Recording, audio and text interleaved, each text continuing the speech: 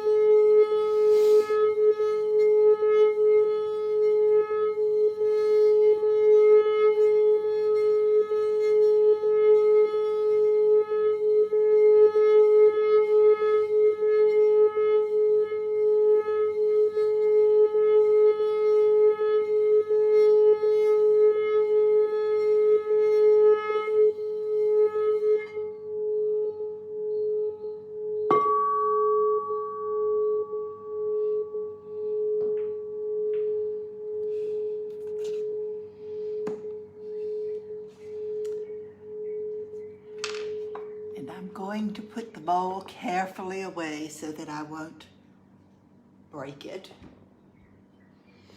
And once again, good morning and happy Sunday. Thank you for choosing to spend this time, this portion of your day, of your week, of your life with me, with all the rest of us as we grow actively refining yourself, or ourselves, our Gary series. So I've had some interesting questions this week, and that is going to kind of lead me along to how I am talking about the archetypes. When I asked my question, my title was, do you know what your archetype is? Well, first of all, in rainbow healing, what are the goals of rainbow healing? Does anyone know? There are three really big goals, and that first one is to support each one of us in making our strong connection with our Creator. I call it the source. What you call your Creator is up to you.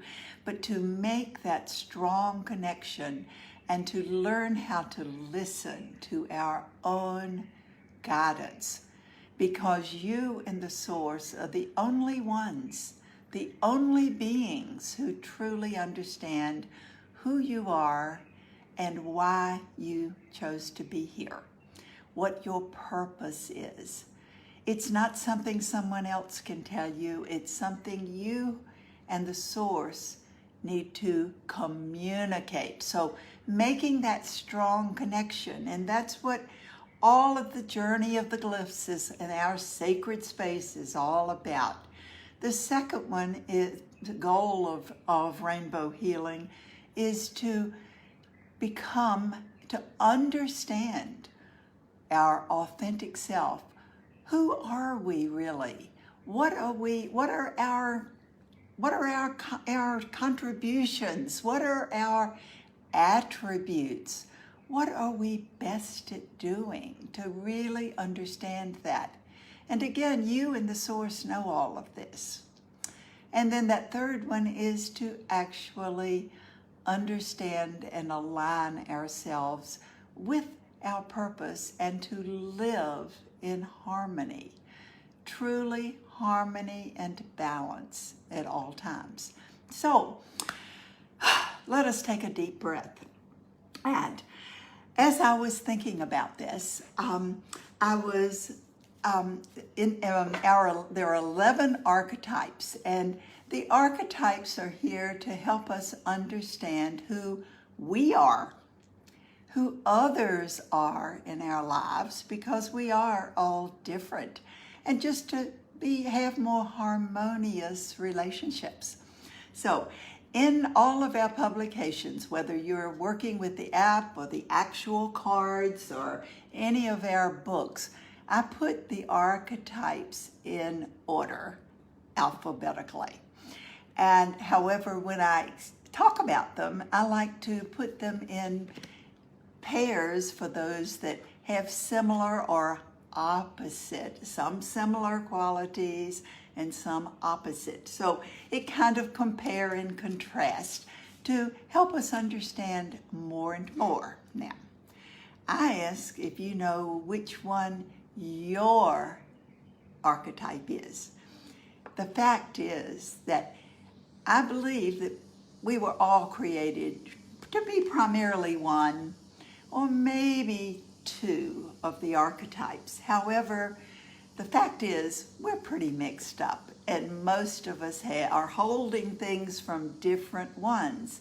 And while we have grown up thinking of all these qualities or these talents and abilities that we may have been told we had, they may not truly have been part of the idea when we were created. They may not be really part of who we were created to be. We've learned up here, and we've become pretty good at being like others. So this is kind of also a weeding out of understanding more and more of who we truly are, of becoming that authentic self. And this particular hologram, these 3 single glyphs of authentic power, it is all about understanding ourselves. Authenticity, understanding. If you're looking for essential oils that will help you understand this, this is the 3rd glyph. See the number 3? It's right there on the card. This is the 3rd glyph. And the oils of both cedarwood and copaiba hold this frequency that will support us in understanding who we truly are. The crystals of amber, and I don't have red jasper up here on my desk for some reason, but the amber and the red jasper will help us to anchor. They have the ability to hold these frequencies as well. So it's going to require that we release our fears, we release our beliefs about who we are, what we are, how to do things, that we release a lot of attachments to stuff that really is not moving us forward. And this glyph, the freedom glyph, that we become free as we are releasing these things, is anchored by the lemon essential oil and jade lemon, and the crystals, the crystal of citrine. And we also have to integrate our true knowledge and abilities, which is this energy of the 8th glyph, that violet, silvery violet energy, divinely uniting all of the parts of ourselves. And this is anchored by the essential oil of jasmine and it's right here. And sujolite, blue lace agate, and also the charoite will anchor this energy. I looked for my charoite bracelet this morning, and it isn't in my office, so it must be downstairs. So, at any rate, utilizing these oils is going to assist you in identifying better, okay? So, let's start. We have 11 archetypes to go through, so I'm going to start with the first one alphabetically. And it is the artisan, the creative flow. The word that I think goes with this, the first word that comes into my mind besides creative, is flow. And there is another one that is also very, very creative, and that is the performer. They are totally different. The artisan is creative. They are their best when they're just allowing things to flow through. The performer is at their best when they are focusing on details, focusing on practice. Both of these have amazing, amazing skills, talents, creative talents. The artist usually works alone, whereas the performer may work alone or in concert with others, such as a symphony player.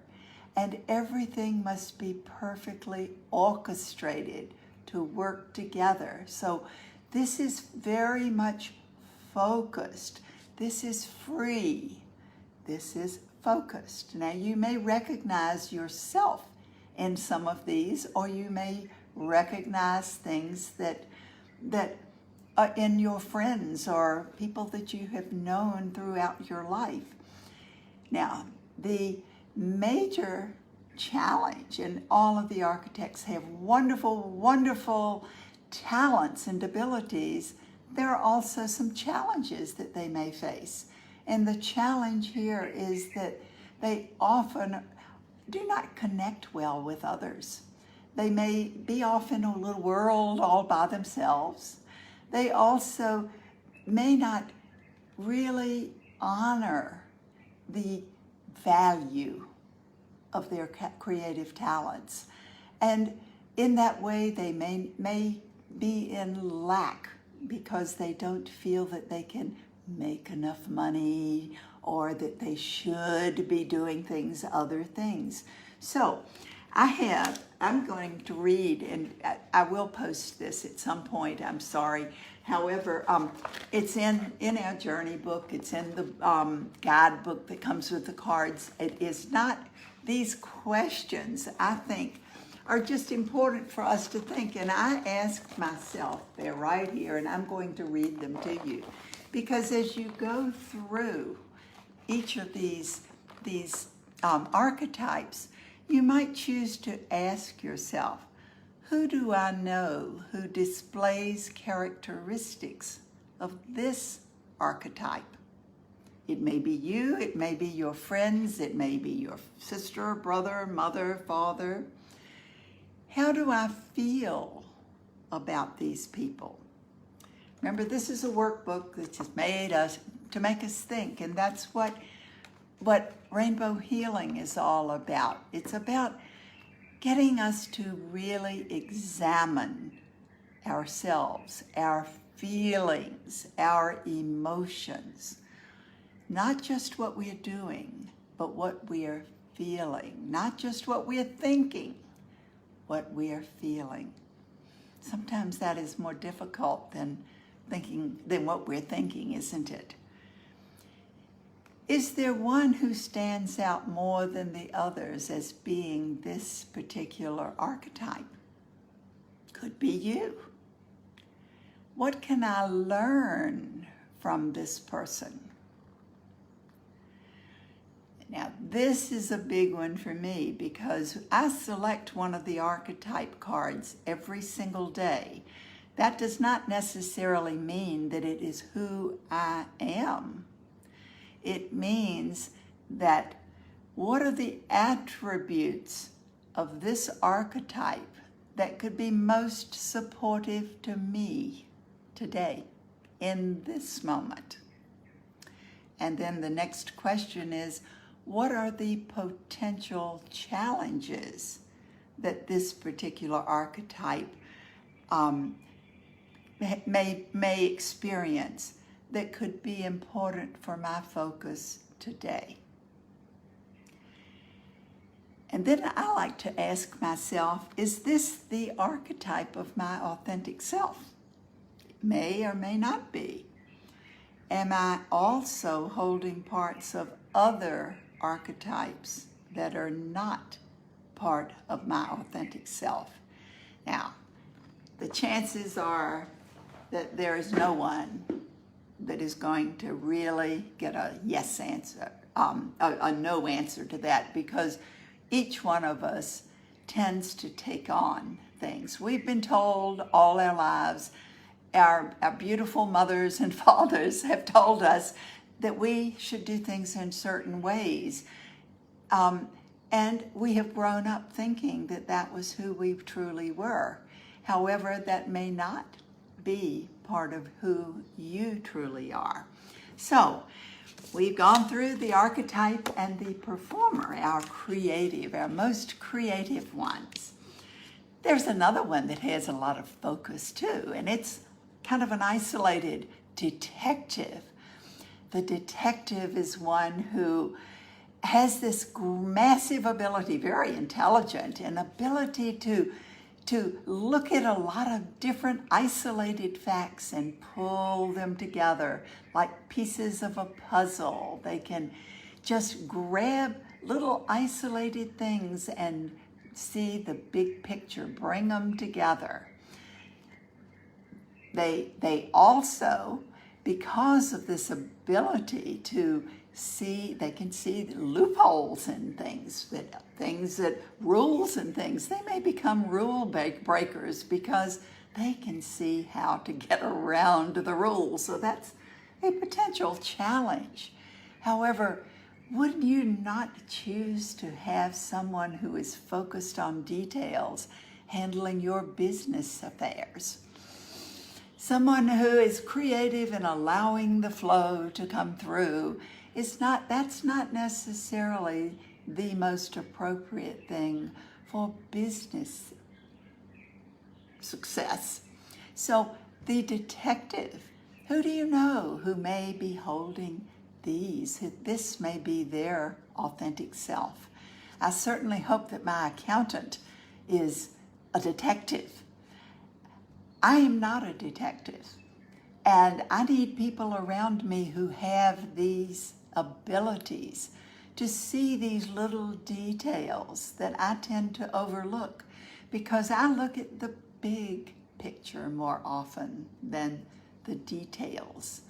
So, now, next we have, actually there are three of them that I think kind of go together because these three, the enchanter, the shaman, and the wizard, they seem to have magical abilities, the ability to do things that others necessarily cannot do or orchestrate. The enchanter has a charisma. The enchanter seems to have it all together. The charisma, the beauty, the ability to attract others to them, and just always seems to be the life of the party, front row, center stage. And because of this, often, they really have it all together. If they have not integrated those potential challenges, overcome them, they may find that there are a lot of dramas in their lives because they love being center stage, and so they create dramas to have more exciting stories to talk about. The next one is the shaman. The shaman has all of the clairvoyance, the ability to see energies, to hear things that others don't hear, the ability to feel, and even the ability for psychometry, which is that ability to hold something that belonged to someone, or to hold a rock or touch a tree, and to tell all about the past or what that person or object is, the energy of it. However, the shaman truly prefers to be out in nature. Absolutely, just in nature, connecting with the source and the animals and the plants, and just being left alone. Being playful. One of the challenges for a shaman is that they are not always responsible because they are childlike wonder as they're playing out with the butterflies and the animals and the trees, just choosing not to accept a lot of responsibility. And then there is the wizard. The wizard is always really intelligent and often kind of intimidating for others because they seem to be mysterious. They have an ability to do things that others may not be able to do. And even such things as directing the weather. They're the ones who work behind the scenes, rather than the enchanter is always going to be out in front. The wizard is going to be behind the scenes, directing things, focusing on the details and how things will happen. The mysterious things that the enchanter would never see. The enchanter is going to see the things that are up front. And of course, as I said, the shaman's going to be out in the woods playing and connecting with source and just choosing to be. So, as you can see, there are some positive things and some potential challenges associated with each one of them. Now, the next two, I think, kind of go together. The healer and the teacher, because these are the big nurturers.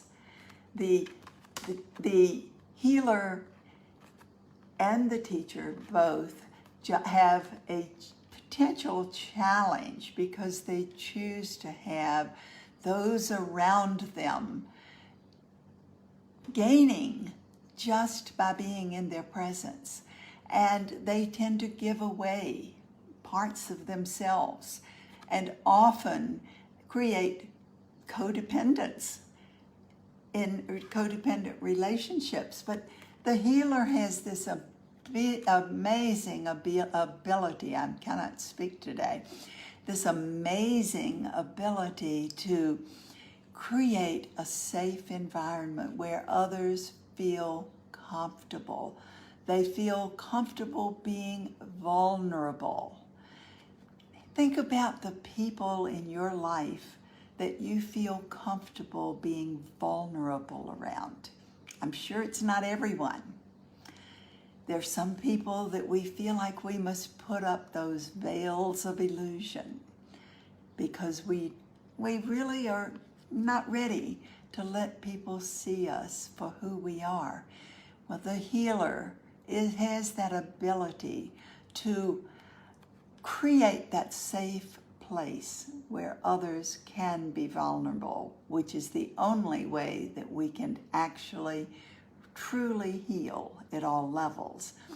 The teacher possesses some of this same ability, and the teacher's major ability that is quite different from the healer is that the teacher has an ability to communicate clearly, to communicate complex concepts simply, so that others can understand.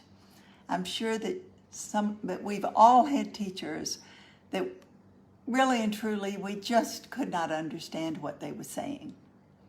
Think back to it. We've also, if we've been very, very lucky, had some teachers in our educational experience or in our lives that made things simple. I had one of these particular teachers in my university experience, and he made these so simple. He made everything so easy. It was one of my higher math classes, and I was a math and physics major. And he just made it so simple that I thought, I don't even need to practice this. Ooh, bad mistake. Because it was simple when watching him do it. However, without practice, when I got on the test, it was the first time in my whole life I drew a blank.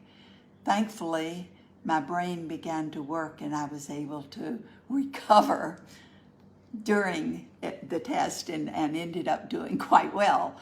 However, I never have forgotten that feeling.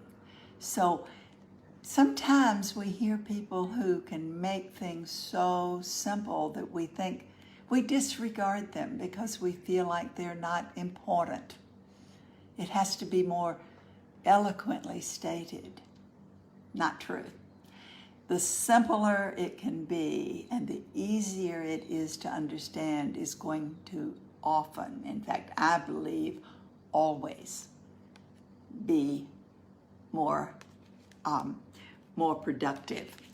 So we have another one. We only have 3 more to go, and I hope I haven't run over too late. I've gone a long time today. The Holy One. The Holy One is one that has that massive ability, that amazing ability to truly connect with other dimensions. And the challenge for the Holy One is that staying grounded here on earth, because they're out in another world experiencing other things that the rest of us may not be able to experience. They have the ability to bring back knowledge to others if they can communicate with others, which happens sometimes and sometimes it doesn't. So you can see how if they can maintain connection with a teacher who has that ability to communicate clearly, to make complex concepts simple, how effective these two working together could be.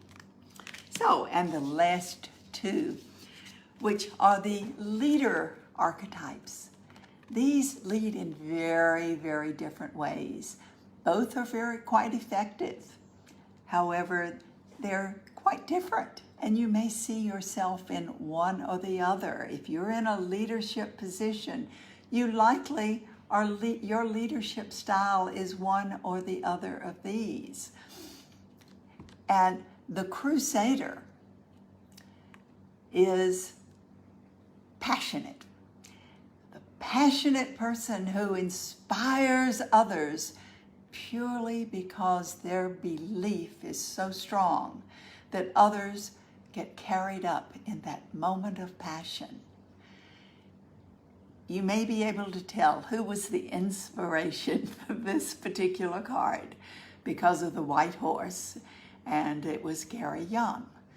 And truly, truly, he was so passionate about what he believed that he put blinders on and never saw other things coming because he did not give up.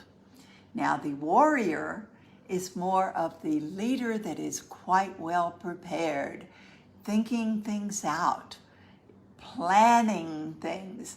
The crusader sees the end and is heading for the end point with no idea exactly how it's going to come. The warrior prefers to plan things out. Now, the potential challenge of planning a lot of steps ahead is that things change. Suppose you had planned out 2020 and 2021, all of the things you were going to do. Did they happen? Probably not, because there was a massive change that we all had to make adjustments. So a potential challenge for warriors is to choose to stay on the path that has been designed, rather than to bend and be more flexible. The crusader is flexible. The warrior tends to be less flexible.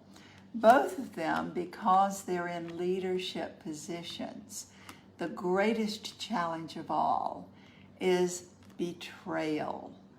Because as you're in a position of leadership, you will never, ever please everyone. Whether you think you're in a leadership position or not, every one of us is. Every single one of us on this planet is a leader for someone else. And every time we're in a leadership position, not everyone will agree with us. So it's that ability to get up, dust off, to realize that there will be those that disagree. There will be those that will betray you. Think about Gary Young. So as we begin to study these archetypes and pay attention to our authenticity, who we are, these veils lifting off, releasing our ideas about who we were created to be, what we're supposed to be doing, and integrating all of our true knowledge and abilities, we will become more and more authentic, more and more powerful. So as you go through this week, have fun, be playful, enjoy what you're doing. Every single day can be a positive learning experience. Remembering to be grateful, to have gratitude, and to believe. I know it's here somewhere. I would never not have believe. Believe that you are enough. You are capable of doing whatever it is that you were created to do. So have a lovely, lovely week with lots of rainbows, and I'll see you next Sunday.